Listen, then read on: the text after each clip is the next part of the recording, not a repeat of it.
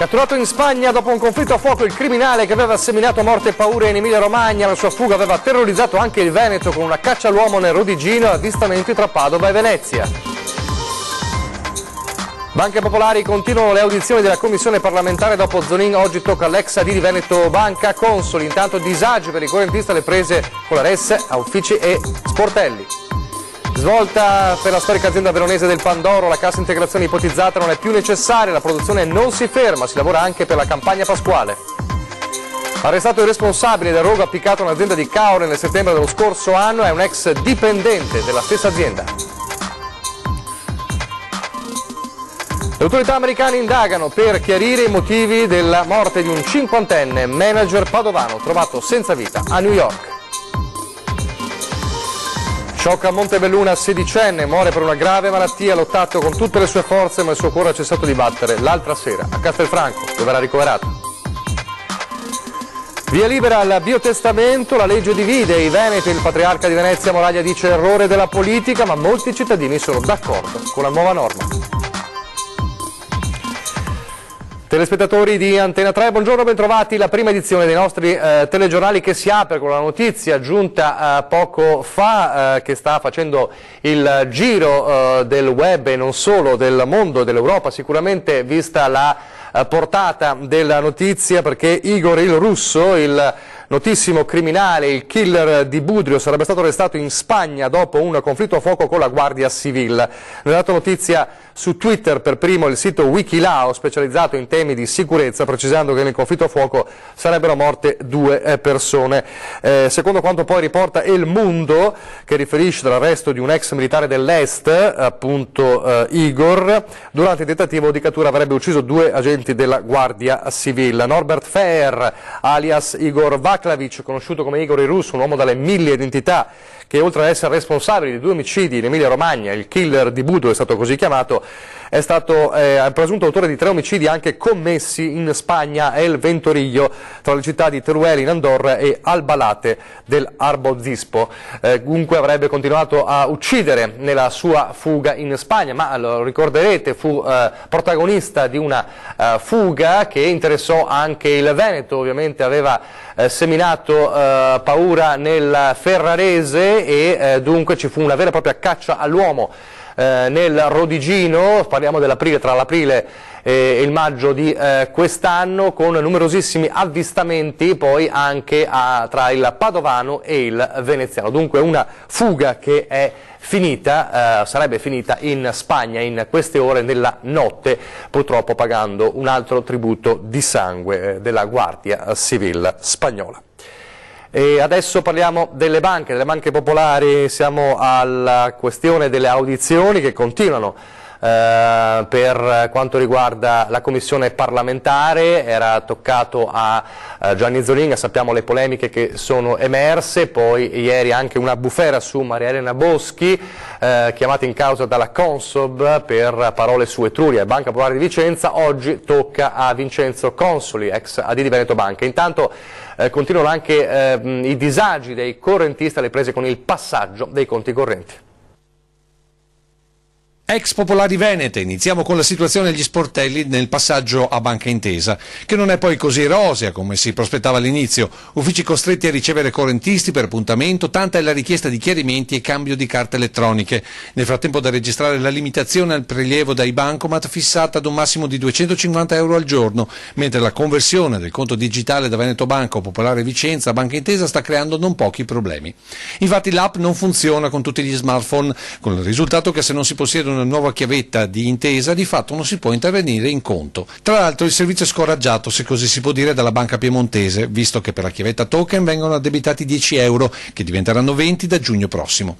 Il consiglio è di armarsi di pazienza e calcolare bene i prelievi, visto che nemmeno il saldo è più visibile con la vecchia carta elettronica.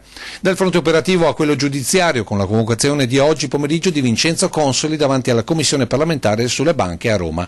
Dalle 14:30 sarà chiamato a rispondere del suo operato, ma ma anche sui coinvolgimenti di Veneto Banca con Consob, Banca d'Italia e le altre banche fallite. E tra queste l'Etruria, al centro di un vero e proprio caso politico, con il sottosegretario alla presidenza del Consiglio Maria Elena Boschi. Pare infatti che anche Veneto Banca, oltre alla Vicentina, sia stata sollecitata a caricarsi della banca aretina, da tempo in dissesto economico. Un intreccio che difficilmente si dipanerà a breve, anche se dai risparmiatori, e tra questi il governatore Zaia, l'appello è alla giustizia per i truffati. Io avevo delle azioni e non ho venduto, lo dico soprattutto a quei 2 o 3 lazzaroni che ci sono ancora in giro a dire che magari il sottoscritto altri hanno venduto. E detto questo, dico anche che siamo passati da uno scenario nel quale ti facevi raccomandare per comprare le azioni, perché poi nessuno lo dice più, a uno scenario nel quale dovevi farti raccomandare per vendere le azioni. E in tutto questo contesto c'è un casino di mezzo che va chiarito, questo è poco ma sicuro. Tutta questa partita è una partita dei tribunali, punto e basta, nel senso che la chiarezza, la parola fine, la parola o il riflettore finale su tutta la partita delle banche, di quello che è accaduto in Veneto, ma anche fuori Veneto rispetto alle banche del Veneto, c'è dovuta. Una chiarezza che io lo sento da cittadino prima che da azionista è fondamentale. Allora parliamo della Menegatti, siamo dunque nel Veronese, perché c'è stata una nuova svolta, si era parlato, ormai in dirittura d'arrivo si parlava della cassa integrazione, invece non è stata firmata, non ce ne sarà bisogno, riparte la produzione. Un film pieno di colpi di scena, dalla crisi a rischio di non produrre entro Natale il più antico dei Pandori, poi la soluzione cassa integrazione, ora una nuova svolta positiva per i lavoratori della Menegatti. Rimarranno a lavoro per preparare, come di consueto, già dalla seconda metà di dicembre la campagna pasquale. L'accordo di cassa integrazione ordinaria, infatti, proposto dall'azienda e su cui i sindacati avevano trovato convergenza dopo una bollente assemblea con i lavoratori, non sarà firmato, perché semplicemente il ricorso alla CIG non serve. Ieri sera il vertice tra azienda, sindacati e commissari del Tribunale che vigilano sulla attuazione del piano predisposto dal consulente esterno nominato dal CDA dell'azienda. Management e sindacati hanno ripreso in mano il cronoprogramma in cui non si parlava di interruzioni tra le due fasi, ovvero mini campagna natalizia e produzione per Pasqua, che arriverà il 1° di aprile. I dipendenti fissi, una settantina, proseguiranno il lavoro e dopo lungo confronto per verificarne le possibilità è stata assicurata continuità anche ai 14 tempi determinati. Infine, per non lasciare a casa nessuno, si è valutato di proseguire la produzione natalizia di un paio di giorni, obiettivo sfornare circa 5.000 dolci per lo spaccio di San Giovanni Lupatotto. Apriamo la pagina della cronaca adesso con un'operazione dei Carabinieri che ha portato all'arresto del responsabile di un incendio appiccato nel settembre dello scorso anno in un'azienda a Caorle. Ci dice tutto Tommaso Stoppa in diretta telefonica per noi. Tommaso. Sì, buongiorno. A poco più di un anno di distanza è stata fatta luce sull'incendio del 25 settembre 2016 alla ditta Femar Ambiente di Caorle. I carabinieri del nucleo investigativo di Venezia, dopo una lunga indagine durata tutti questi mesi, hanno arrestato Teodoro Iaia, brindisino 43enne, residente a Spinea e noto pregiudicato. Sarebbe lui il responsabile di questo incendio doloso e i militari hanno dimostrato insieme alla procura di Pordenone che questo Iaia, ex dipendente dell'azienda, aveva deciso di appiccare l'incendio per vendicarsi del mancato pagamento di un credito che vantava nei confronti appunto di questa ditta. Per la precisione aveva deciso di dare fuoco a un autoveicolo commerciale dell'azienda e anche di portarsi via un bel po' di refurtiva sotto forma di utensili da lavoro. E il tutto insieme a un complice, un romeno 47enne che nel frattempo è deceduto. Così almeno hanno ricostruito gli investigatori, poi si vedrà se tutto ciò reggerà in tribunale, ma nel frattempo il presunto responsabile è stato, come vi dicevamo, arrestato. Per il momento è tutto, ulteriori aggiornamenti su questa vicenda nelle edizioni successive dei nostri telegiornali. Grazie Tommaso. A proposito di incendi, un incendio a Selvazzano nell'abitazione di una famiglia e la paura per questa famiglia messa in salvo, in extremis. Paura stamattina presto in un'abitazione di via Timavo a Tencarolla di Selvazzano. Nella cucina al piano terra della casa si è sprigionato un incendio. Sul posto sono intervenute squadre di vigili del fuoco di Padova e Abano che hanno operato per alcune ore. Ingenti i danni causati anche dal fumo che è salito al piano superiore dell'abitazione. Illesi gli abitanti, una famiglia italiana. Ancora la cronaca, la tragedia della morte ad appena 50 anni di un manager padovano che si trovava per lavoro a New York e proprio le autorità americane stanno indagando su questo decesso. Le autorità statunitensi hanno disposto l'autopsia per chiarire i motivi della morte di Alessandro Parladori, manager padovano di 50 anni trovato senza vita nel suo appartamento di New York. L'allarme era stato lanciato da un amico che risiede nella città americana. Parladori, la cui famiglia vive ancora a Padova, non rispondeva più a telefonate e a messaggi. Lo hanno trovato disteso sul divano. Il corpo non presentava segni di violenza. Dalle testimonianze pare soffrisse di problemi di salute, ma non particolarmente gravi. E non è un giallo purtroppo, ma una tragedia immensa, quella che ha scioccato Montebelluna per la tragica fine di un ragazzino di appena 16 anni sconfitto purtroppo da un male incurabile. Un sorriso che riusciva a contagiare tutti, lo sguardo sbarazzino dei suoi 16 anni. Matteo ha cessato di vivere l'altra sera, vinto da una malattia che non gli ha lasciato scampo. La grave forma tumorale gli era stata diagnosticata ad aprile scorso e lui non aveva mai smesso di lottare. La sua voglia di vivere ed il coraggio lo hanno portato a frequentare la scuola, il liceo Levi di Montebelluna, anche quando non riusciva più a camminare. Matteo arrivava in classe con la sedia a rotelle e sempre con il sorriso, capace di incantare qualunque persona. Il ragazzo viveva con la famiglia di origini albanesi a Montebelluna, molto attaccato alla mamma e al papà e alla sorellina di un anno più giovane che frequenta lo stesso liceo. A scuola la notizia è arrivata come un macigno, lasciando nello sconforto e nel dolore compagni ed amici. L'ultimo saluto al giovane avverrà sabato alle 10:30 direttamente in cimitero a Montebelluna. Intanto, come sappiamo da ieri il biotestamento, il testamento biologico è legge, è stata approvato anche dal Senato dopo essere stato approvato dalla Camera. È una legge che fa discutere molto e ieri c'è stato già il primo giudizio ed è un giudizio negativo da parte del Patriarca di Venezia, Monsignor Moraglia.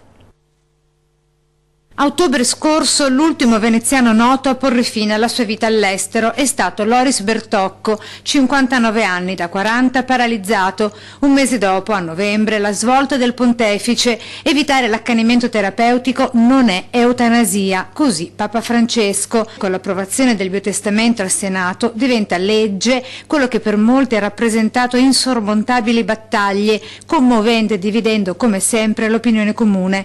Con 180 sì, 71 no e 6 astenuti, il disegno di legge sul testamento biologico ha ricevuto il via libera definitivo. Contrari la Lega e i senatori di centrodestra. Da Venezia il monito del Patriarca Francesco Moraglia, per il quale la legge è sbagliata. Non è la prima volta che la politica è incorsa in questo errore. Per il Patriarca la vita va rispettata ad ogni costo. Creare la legge, quell'alleanza terapeutica che riguarda il malato, i parenti del malato, i medici, gli operatori sanitari e che deve rispettare la vita delle persone. Da Pier Giorgio Welby a Luca Coscioni e Loana Englaro fino a DJ Fabo, un'unica volontà, quella di dare decoro a una vita in stato vegetativo, scegliendo di poter morire con dignità. E come dicevamo è una legge che fa discutere. Allora abbiamo sentito alcuni cittadini di Treviso su questa norma, sentiamo cosa hanno detto. Io sono assolutamente favorevole, penso che che è arrivata questa legge anche troppo tardi e sono contenta di quello che è successo e che sia stata approvata finalmente. Per me è corretto, sicuramente è corretto. Il biotestamento evidentemente non c'era solo in Italia, c'era in altri paesi, per conseguenza era un voto legislativo tipicamente italiano, come tanti altri. Anch'io mi associo ed è giusta questa cosa, sì, era ora. Era necessaria perché il fine vita è un argomento focale, fondamentale della vita, una delle tante domande che ci dobbiamo porre e affrontarlo era un imperativo categorico. Se uno è cattolico ha una considerazione, se uno è mezzo ateo non ha un'altra, tutto là, è inutile. I nostri raíces venete, tradizioni antiche, quindi è inutile che uno si improvvisa e fanno leggi così, purtroppo sono cose più grandi di me. Ecco. Che era giusta, una cosa che ormai, insomma, visti i casi che ci sono stati, era giusto che ci fosse una legge che tutelasse insomma, le scelte delle persone. Torniamo alla cronaca, oltre 4.000 giacconi da donna sui quali era riportata la doppia etichettatura Made in Italy, Made in China sono stati sequestrati dai funzionari dell'ufficio delle dogane di Venezia in servizio presso la Marittima in collaborazione con i militari della Guardia di Finanza. La merce, del valore commerciale di circa 15.000 euro, è stata trovata nel corso dei controlli effettuati anche con l'ausilio di un'apparecchiatura scanner a raggi X su alcuni automezzi e trailer sbarcati da un traghetto proveniente dalla Grecia. L'autore dell'illecito è stato denunciato all'autorità giudiziaria. Adesso una brevissima pausa pubblicitaria.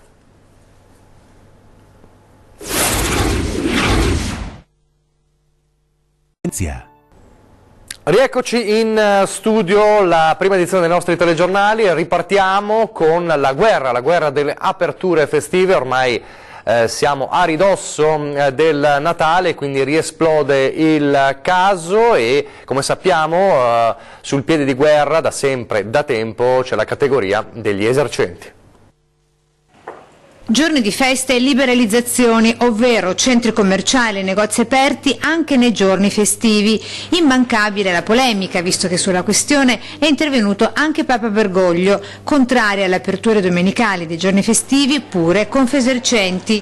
Noi pensiamo che la domenica debba essere destinata al tempo libero, alla famiglia, a gli aspetti valoriali che stiamo un po' perdendo. Una società che vive solamente di acquisti e di consumi non è una società evoluta né moderna. Per Confesercenti la soluzione è chiara: ridurre le aperture festive domenicali o, in alternativa, dare equo valore al costo del lavoro, così come già avviene in Francia. Con una maggiorazione di circa 70-80%. Questo proprio per disincentivare anche le grandi multinazionali, perché questo riguarda ovviamente solamente la grande distribuzione, a tenere aperto nei giorni domenicali e festivi. E poi ci sono loro, i diretti interessati, i consumatori. Cosa ne pensano? Sentiamo. Se Natale è quasi sacro per tutti, il giorno di Santo Stefano registra aperture a macchie di leopardo tra le catene della grande distribuzione con chiusure nette in nome della famiglia o aperture per venire incontro alle esigenze dei consumatori. Chi ci rimetterà di sicuro sono i negozi di vicinato, scrive la Confesercenti, che quantifica in 380 milioni di euro solo tra Padova e provincia le perdite dei piccoli commercianti a favore dei centri commerciali. E ci va a fare la spesa di domenica? Sì, è comodo, non nego che è comodo, però sono stato anch'io un lavoratore e quindi sì, vista dalla parte del lavoratore è un po' un grosso sacrificio. Penso che serva più quelli che devono andare domenica a fare le spese. Quindi in qualche modo serve? Penso di sì. A farne le spese maggiori, date i Confesercenti, sono soprattutto i negozi di alimentari che trasferiscono ai supermercati più del 9% delle potenziali vendite. La perdita scende leggermente se si parla di non food.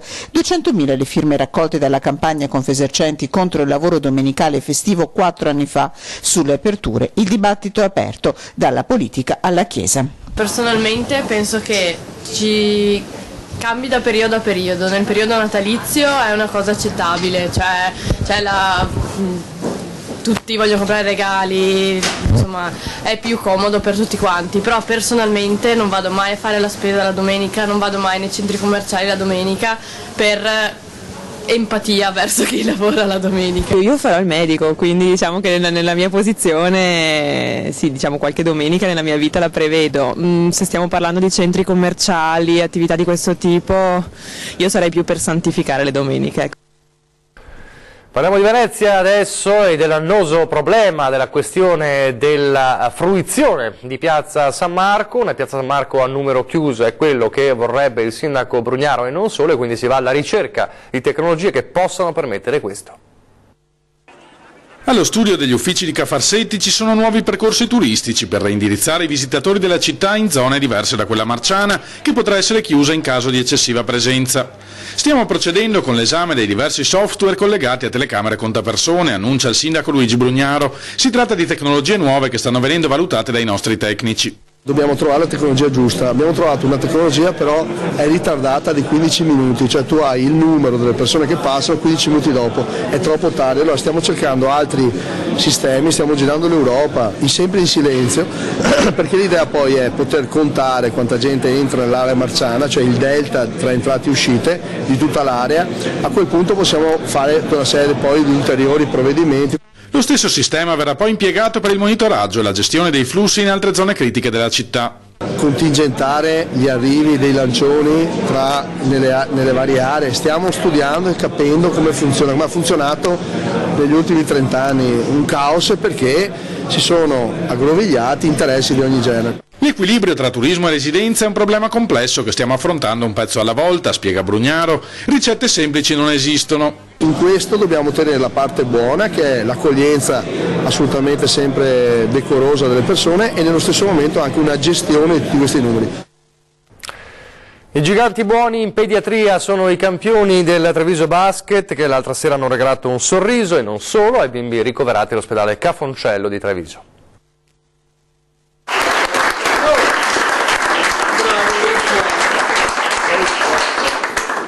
Eccoli i giganti buoni, o come li hanno chiamati i piccoli pazienti dell'Oasi pediatrica di Treviso, i Babbi Natale alti alti. Sono i giocatori di Treviso Basket che hanno trascorso una mattinata assieme ai bambini ricoverati al Cafoncello, regalando loro un sorriso. Fra autografi, fotografie hanno parlato, scherzato e fatto trascorrere qualche ora spensierata ai piccoli. Noi speriamo quindi in questi momenti di regalargli un sorriso, comunque una mattinata diversa da quelle che sono abituati e di farli divertire un po'. È sempre bello vedere la reazione dei bimbi, no? Li facciamo passare magari una mattinata differente, un po' diversa, gli diamo una piccola allegria, qualche pensierino, quindi è una cosa che ti riempi un po' dentro. E Babbo Natale non può non portare i doni, così hanno distribuito regalini a tutti i piccoli pazienti, gli occhietti incollati ai regali e poi la gioia nell'aprire il proprio pacchetto. Sicuramente è un momento di gioia e di felicità per i bambini, riportare una normalità di vita all'interno del reparto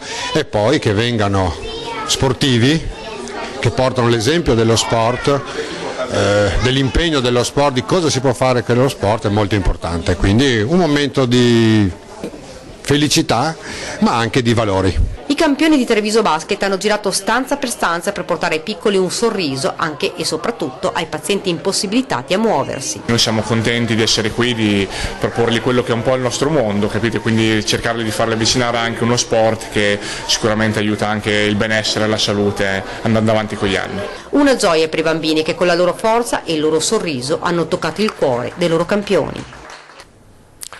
In chiusura io vi ricordo quali sono le modalità per segnalarci il vostro presepe, la vostra natività, redazione @antena3.it, se volete scrivere una mail per descrivere il presepe, lasciare indirizzo e numero di telefono, oppure 0422 023 0898 per lasciare un messaggio in segreteria, oppure se voi stessi realizzate un video del vostro presepe potete spedirlo al 351 175 5340 via WhatsApp. Nell'altro caso invece verremo noi a casa vostra a riprendere il presepe. È davvero tutto, vi lascio, tra pochissimo c'è ore 13, si parla di sanità, quindi è un argomento molto importante, vi lascio alle previsioni del tempo. Grazie per averci seguito e arrivederci.